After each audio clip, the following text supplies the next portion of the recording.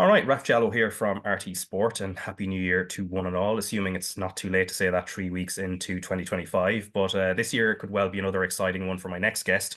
2024 saw him compete in the F3 Championship, which is two rungs on the ladder away from Formula One. He also became part of the McLaren driver program, and he bookended last year by being named International Driver of the Year at the Irish Motorsports Awards.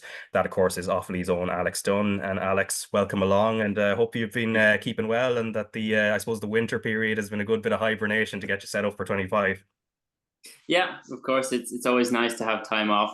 Of course, I think now I'm a bit bored and kind of itching to get back out in the car. But no, of course, it's nice to have time home and spend some time off with family. Yeah, and we'll be looking back and forwards, of course, back to 2024, lots of exciting developments in your career, and also 2025, which could be quite tantalizing in terms of what might be on the cards. But I suppose the most recent news, which is only in the last couple of weeks, which you had confirmation that you're going to be a reserve and development driver for McLaren's Formula E team. So in terms of the goal where you're trying to get to, which I think you've said before in our most previous conversation, is Formula One ultimately, how big a step is this in terms of helping you on that pathway?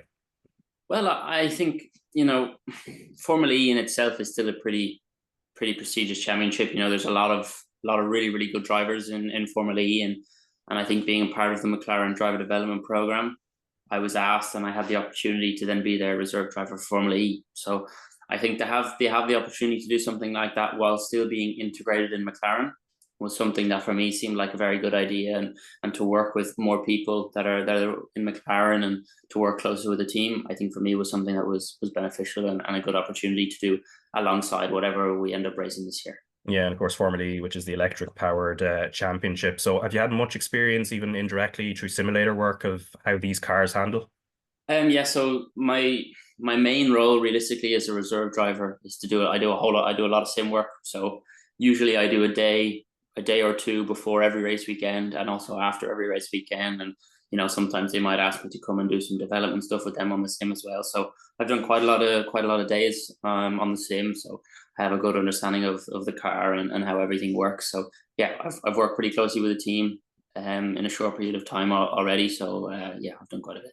Yeah, and I think when we last spoke, it was in and around either late November, early December 2023. And I think one of the takeaways from it was the fact that you have to be so adaptable in your career, given sometimes you're getting kind of late decisions in terms of what you're going to be doing next, especially when it comes to the funding side of things. 2024 was no different in terms of when you got the race seat with MP Motorsport in Formula 3. But you'd had that experience, I think, that we spoke about with the Macau Grand Prix in 2023, where you impressed in the sprint race, and before that, you'd had the Imola test as well, which had gone quite well. But going into that first F3 race weekend last year in Bahrain, like how ready did you feel for it, given I suppose how last minute it sort of was in a sense? I think I wouldn't say I felt unready, but naturally, I think I would have liked to have felt a bit more ready. I don't think the preparation was exactly ideal. Of course, like I said before, with financial things and different things like that, I'm not really in a position to be picky, so I can't complain. I had the opportunity to do a year in F3, so from that aspect, I was very lucky. But I think, of course, as a driver, you want to do as well as possible, and you never want to have any disadvantages, and you always want to be on top of your game. So I think looking back at it, probably I wasn't 100% ready. But no, I think look, this year in F3 was definitely more on the difficult side of things. I've explained to so many people over and over again why and how it was difficult, and how kind of some things went wrong regardless of whose fault it was. So I don't like to get into the whole thing because I get annoyed when I start talking about it. Yeah, But yeah. I think there's still some positives to take. Of course, you could be. I think you can never be too ready. There's no such thing as too much testing or too much driving. There's no such thing. You can always be more ready. But I think definitely the beginning of F3 we were on the under prep side of things for Yeah, sure. on the back foot, but at the same time, like you get points in the main race in Bahrain, and then you get points in the sprint race in the following round. So you were, even despite all the difficulties, you were still able to, maximize, I guess, some of the positions you were able to get. Yeah, I think this year the general pace I had was kind of always shadowed by something. I think Bahrain was one of the really the only weekends where personally I felt like in qualifying I didn't do a good job. I think in quali I just didn't do a good lap. But apart from that, the rest of the year the pace was always good. And sometimes there'd be some small little things that go wrong, and you get a red flag or just different things. And I think probably one of the obvious weekends like that was Monaco, where I think we had 3 or 4 laps in quali, and the first 2 laps I made a mistake and I was still learning the track. But of course, even if the pace is there, those first 2 laps are important. So it's your own fault for not doing the laps. But then when I had put it all together on lap 3 and we were going to be quick, then there was a red flag. So it's kind of unlucky, but also not doing the lap earlier on while you're still learning the track. So it's kind of goes hand in hand. Yeah, and how did you find, I suppose, the physicality side of driving those F3 cars compared to what you had been in the series you'd been in before? To be honest, I didn't struggle at all. I think even when I did the F2 test as well in Abu Dhabi, F2 was a little bit harder than F3, but still I didn't necessarily struggle. So I think that means I'm probably doing a decent job in the gym. But no, so far I think a lot of times when I've stepped up categories, people who I've raced against who have then gone to step up have always said, "Oh, you need to train really hard, and the next category is going to be really difficult, and you're going to struggle with this, and this." But I've never really had those problems. I've always been pretty okay physically, and I've always felt pretty comfortable. So there's been no issues. Yeah, and the gym work, a lot of it will be, I suppose, in and around neck muscles as well. Is that kind of one of the key aspects? To be honest, I train my neck quite a bit, but I think I've never ever had problems with the neck. When I did the test in F2, that's the first time where I ever felt like a little bit of strain. Not really when I was driving, but when you finish the day and you relax, then sometimes you get a little bit sore. I've only ever really felt that after the first time in F2, but apart from that in F3, it was okay. So we do all the standard training, we do cardio, body weight training, all the normal stuff really. Yeah, and your first podium, which I think was the first as the first Irish person to have achieved that as well, which was at Barcelona in F3 last year. And you might just talk us through that weekend, because my understanding going into that, you hadn't actually in previous categories, you'd never raced in Catalonia, am I right? Yeah, so it was my first time. Obviously, we had the preseason or the in-season test there, but it was my first race weekend in Barcelona. Yeah. But that race weekend itself, like, in terms of how you got yourself onto the podium, because I know it was a little bit there was a bit of drama towards the end as well, yourself and a few other drivers in terms of like potential false starts. But in the end, ultimately, that all went well, and you did get the podium. But maybe just talk us through that weekend and just how you kind of built your way through it. Yeah, I think that was one of the more clean weekends. I think quali wasn't fantastic, but it wasn't bad. I think I qualified 9th or something, and we had a few problems in quali again, but we don't need to get into that. But yeah, no, I think I had kind of the typical racing driver attitude on that weekend. There was a lot of people saying, "Oh, it was great to finish on the podium and it was such a good weekend." But in my view, I thought of it, oh, it's just a sprint race. It doesn't really matter. Finishing on the podium to me in a sprint race wasn't a massive thing. The feature race is the important one and the one where you want to do well. So, of course, it was nice to finish on a podium, and I won't complain. But I think I still naturally as a driver wanted a bit more. But I think one thing I was happy about that was just from start to finish of the weekend, there was no massive thing that got in the way or no big things that went wrong. It was kind of just a clean weekend from start to finish, where we qualified closer to the front. The sprint race was good and the feature race was good, and we came home with good points. So I think to have a clean weekend, it was kind of nice to refresh a little bit.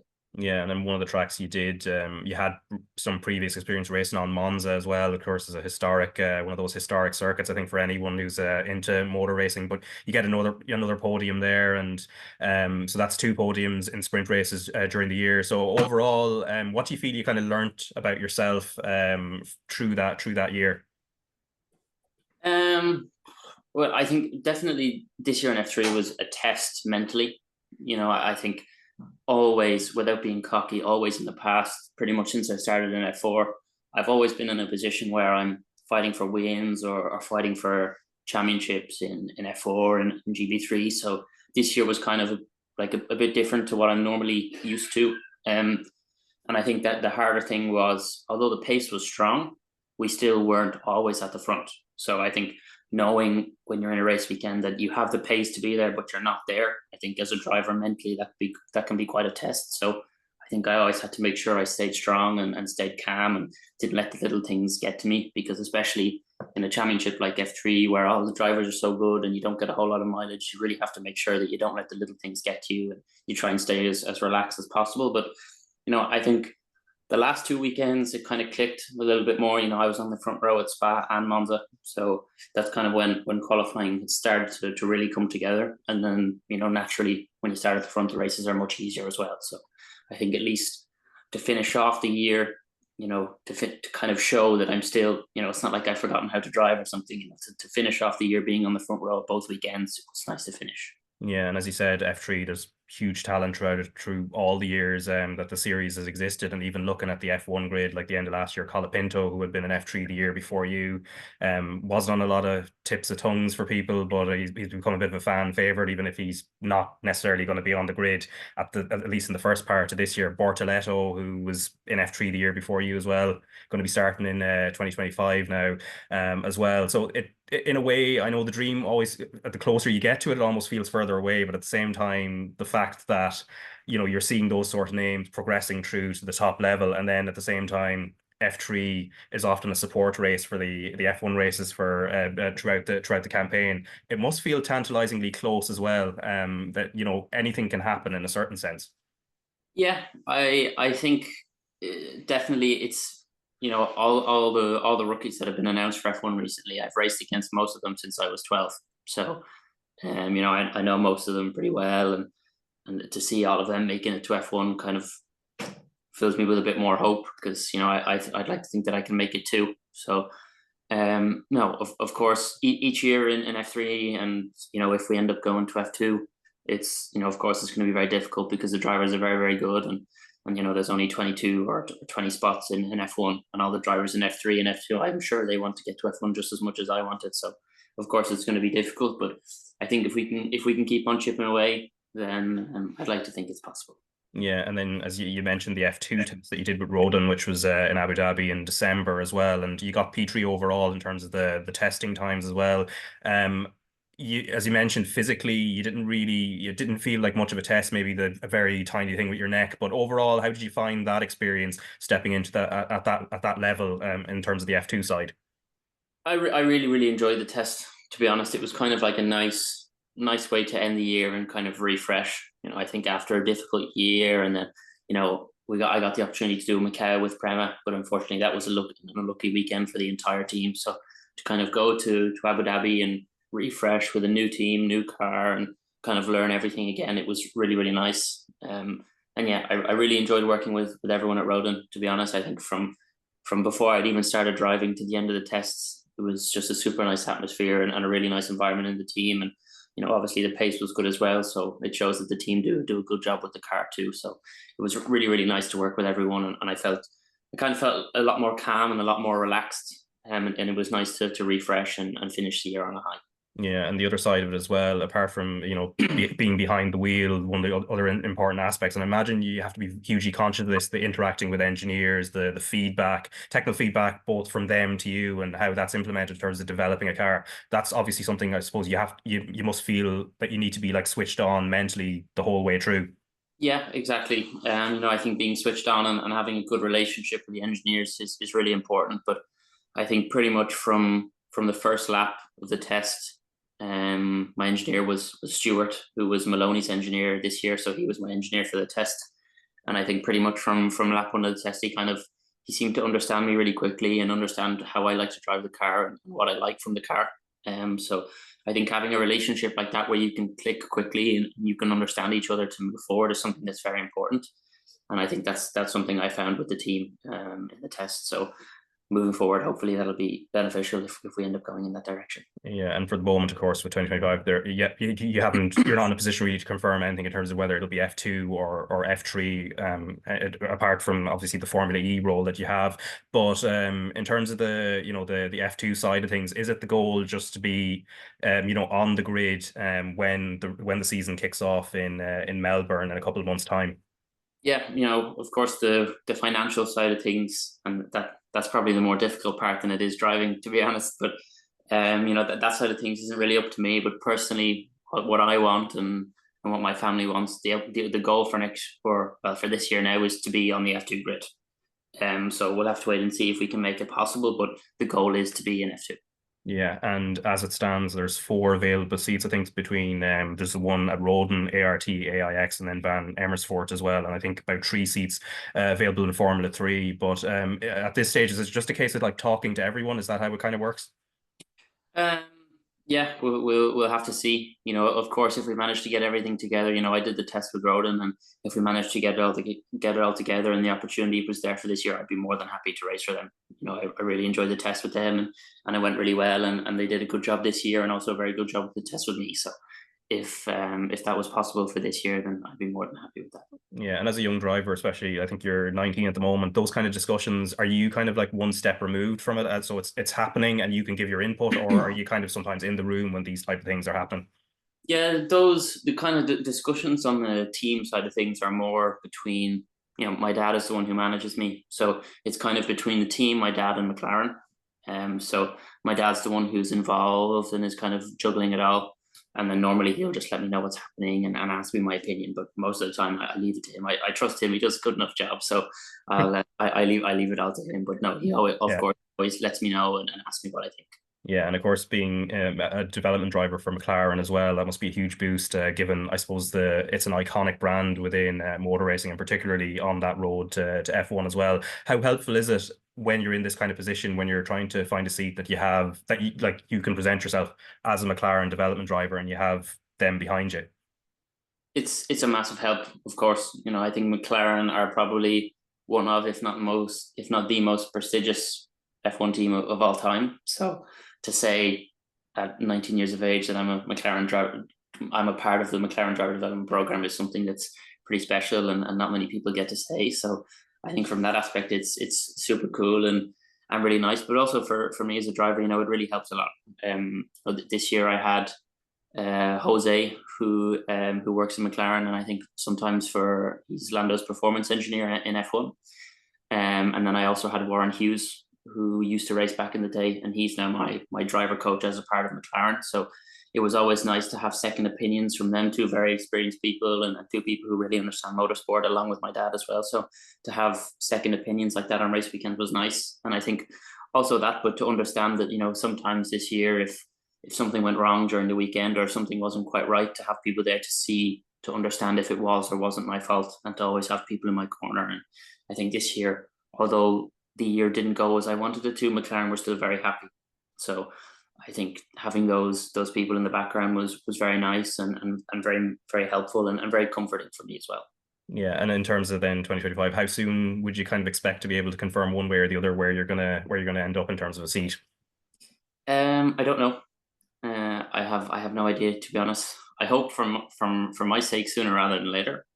Um, I hope we don't leave it as late as we did F3. But no, it's hard to say. Of course, if we could confirm it tomorrow, then that would be great. But I don't think that's going to happen. So we'll have to wait and see. Yeah, and I suppose a final point as well. Obviously, you're flying the flag for Ireland as well, and I suppose in recent years we haven't had too many Irish drivers in the higher rungs of on that pathway to Formula One. Like, what type of reaction do you kind of get at home? Because I know there's a huge amount of support for you from here, and kind of wishing you well on that road as well. Yeah, the support's been really good, to be honest.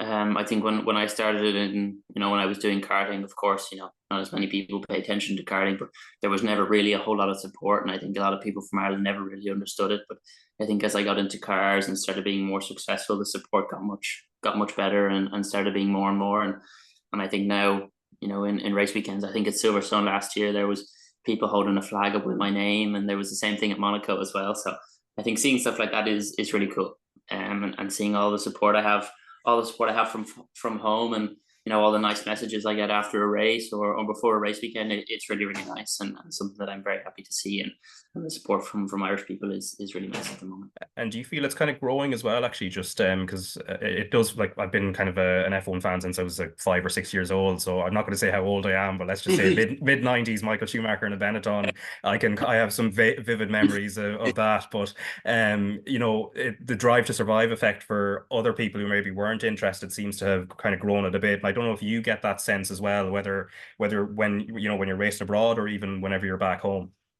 I think Drive to Survive definitely attracts more people to F1. I think, of course, you know, it's a Netflix show, so it's a little bit fabricated, and they try and make it interesting. So in some ways, it probably shows you the slightly more wrong side of things to F1. But of course, still it spikes people's interests, and it gets people more involved in the sport, which is exactly what everybody wants. So I think seeing more people having an interest in motorsport and wanting to understand it more is nice. Yeah, and it's nice to be able to talk to people about it now, which I think for about 20 odd years I couldn't. But anyway, Alex, look, thanks very much for your time, and hopefully we do see you in F2 during the year, and obviously continuing your trajectory. And of course, as you've been able to confirm, the Formula E side of things as well is there on the table too. So Alex, best of luck for 2025. Thank you very much.